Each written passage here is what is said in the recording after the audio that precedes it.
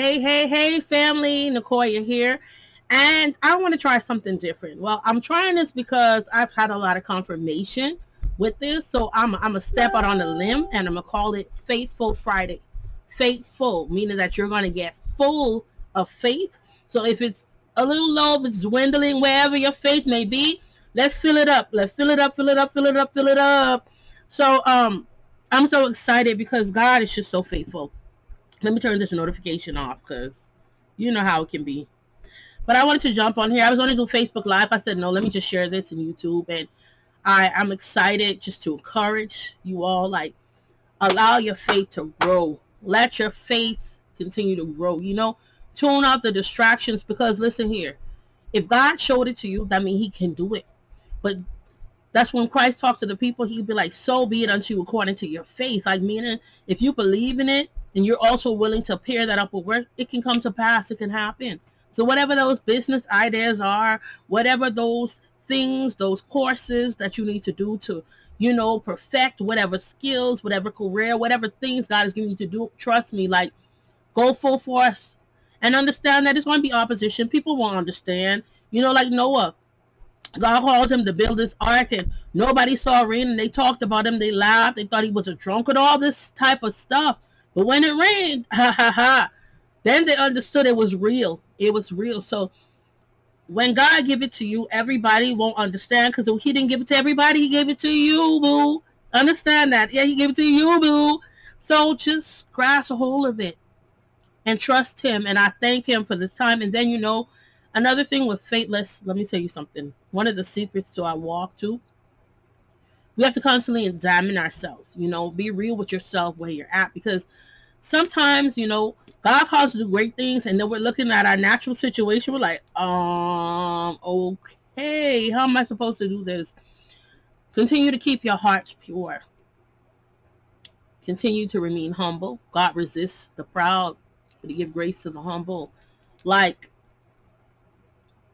be intentional about you and where you're at in your walk. Because sometimes it's easy to just cater to things outside of us and not pay attention, don't have a spiritual inventory of what's going on.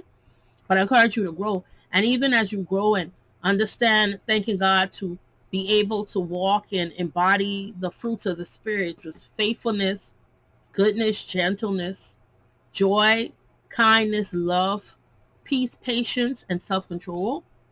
Those are key things. Keep on moving forward in those things because our faith in God said the fruit of the Spirit, and if we believe in faith that we can obtain those things, we're reflecting, and then situations arise. When you could be impatient, you show patience, and when you could go off and let them have it, you show self-control. And when you could be mad because circumstances, then you experience the joy of the Lord, that despite this is not how I want it, but I have joy. And joy, not in the circumstances, but joy because I know God got me. I know he got me. I know he's perfecting the things concerning my life. And even in that will help you to deal with getting rid of unforgiveness. Because that can hinder a lot of our walks. That used to be me. I had unforgiveness due to different situations that happened, unforgiveness towards certain individuals. And then that there would be like resentment, because first it started with resentment, like I can't believe they did this, and then my cutoff game was strong, and it's so funny because in confirmation I already had a schedule post and it was about having faith, and then there was another with an amazing women empowerment group that I'm a part of. It's called Women Empowerment Minnesota. Shout out to them. That's my sisters, y'all. That's the rest of my sisters, we talked about, they talked about faith, but then it went into talking about forgiveness. And sometimes when we fail to forgive, it's hindering our growth. It's hindering our breakthrough. It's hindering our elevation in the spiritual realm. And so I want to also say this, have faith, but also have forgiveness, because if you lack forgiveness, it's going to hinder you. It's going to hinder you. So put away resentment, and God will deal with you. The Holy Spirit is so amazing. He works and he reminds us of the word of God. And that's why you got to read the word too, right? Because when you read it, it's going to help you understand what God requires of us, And so have forgiveness. And someone may say, oh, that's easy to say, or I tried that, and they keep on. Listen here. You need to recognize, I'm not saying pretend that people didn't do you wrong or you don't see the wrong and stuff. That's not what I'm asking you to do. Not at all. But so recognize it. But when you recognize it, then you also redirect your thoughts. Because if you say you forgive somebody, then if you keep on bringing up the things of the past, that's not forgiveness. And listen, somebody better be clapping. If you know me, I know my husband, if he sees this video, he's going to be clapping. Because if you forgive them, you can't keep on bringing up the past things. And granted, forgiveness is an ongoing process, because that doesn't mean that people won't keep on doing certain things, right? And I used to be making mistakes as well, and I'd apologize and do the same things in some areas. So you have to redirect your thoughts and remember and change your mindset to say, no, I'm not holding that against them. I forgive them. I have no time to harbor other people's wrongs, because God forgive me for my wrong. And 3, reinforce healthy behavior. So even read the word, go ahead and pray like, God, this happened and I'm upset and it's this person and I'm trying hard not to hate them or not to like them, I'm trying to embrace them and not allow this to take root in my spirit. Help me to respond to this in a graceful way, to show grace as you show grace to me. Help me to, and sometimes the situation may be you've allowed certain things, so help me to also have boundaries to accept where they are. And so because I'm not just focusing on their potential, but accept where they are. So if they're always tardy, for example, and you ask them to take you somewhere, well, of course, chances are you're going to be late. So help me to accept either that, or if you know they're always late, then if you have an appointment at 2, tell them it's at 12. Because they mess around and be late. I mean, you still be pushing it closer to the time. Help me to accept where they are, right? And not have false expectations because it's me, right? Because people have their different, their downfalls or struggles. So help me, God, to show patience and show grace and also accept, so I'm not creating this false sense of what isn't. And, so respond in grace and then release the burdens to God. I have to keep talking to God. It's so important. And he's going to give us direction of how to respond and what boundaries to put in place. Because some people shouldn't have such close access. And he'll let us know who and who not to. So I want to encourage you. But as we have faith, we got to make sure that there's forgiveness there too. Right? That we're still doing our inner work, working on our own soul salvation with fear and trembling. And I'm telling you, God is so faithful. I thank him for his goodness. Move forward in faith. Don't allow things to stop. You keep showing up. Look at me. I'm determined. I'm determined I'm going to keep showing up, because there's a work for me to do. There are people that are waiting on me. If you're watching this, you're one of those people perhaps. And I give thanks that I showed up, and whatever God had me to give to you, that you hear it, and I pray that you receive it. I pray that it strengthens you. I pray that God continue to just pour into your spirit and empowers you from within. Because the world kind of tries to teach us to look the part. No, don't look the part. I pray that you be all that God has sent you here to be. You're fearfully and wonderfully made. You're above and not beneath, the head and not the tail, the lender, not the borrower, all of those things. And so we have to know it and believe it and walk in faith. And not allow what we see to distract us, not allow what we see to cause us to cower or back down or dim our light. None of that. Just show up and be. And I thank God for this opportunity to pour into you. And as God continues to pour into me, I promise him that I will continue to uplift. I will continue to empower. I will continue to help transform lives for the kingdom. And so I give thanks. It's such a privilege. And I wanted to read this because, the word matters. It makes a difference. And I love to share it from the easy to read version, because when I started to read the word with my children, and I did the New King James Version or the King James Version, and one day it came to me to ask them, so y'all understand? And one of them was like, no, I don't know nothing to say. And I said, I appreciate your honesty. And so I was like, Lord, well, I don't know. Help me to find a way to relate it to them. And the next morning, y'all, because I use my Bible app, and The next morning I woke up and somehow, and I never heard of this before, but when I looked down, it was on the easy to read version, and it has helped so much. I thank God. So I will read to you Hebrews 11 from the easy to read version, and hear this, because you've read it before, but I don't think you ever heard it this way. So let us break it down to you. And it reads, faith is what makes real the things we hope for. It is proof of what we cannot see. God was pleased with the people who lived a long time ago because they had faith like this. Faith helps us understand that God created the whole world by his command. This means that the things we see were made by something that cannot be seen. Cain and Abel both offered sacrifices to God, but Abel offered a better sacrifice to God because he had faith. God said he was pleased with what Abel offered, and so God called him a good man because he had faith. Abel died, but through his faith he is still speaking.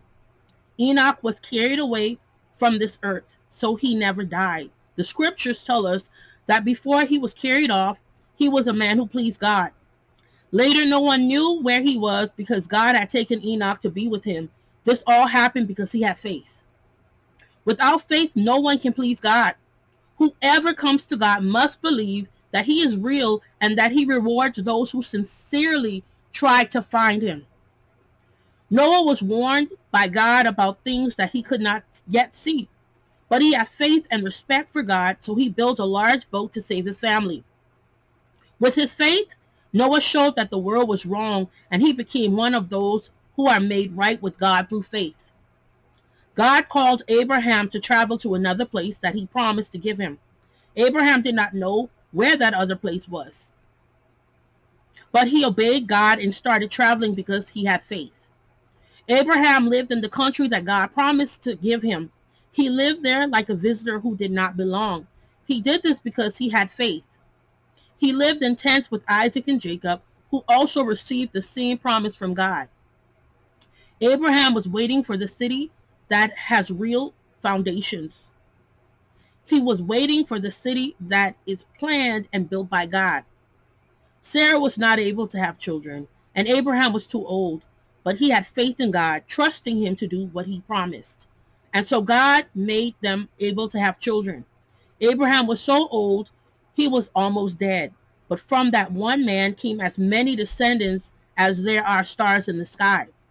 So many people came from him that they are like grains of sand on the seashore. All these great people continued living with faith until they died.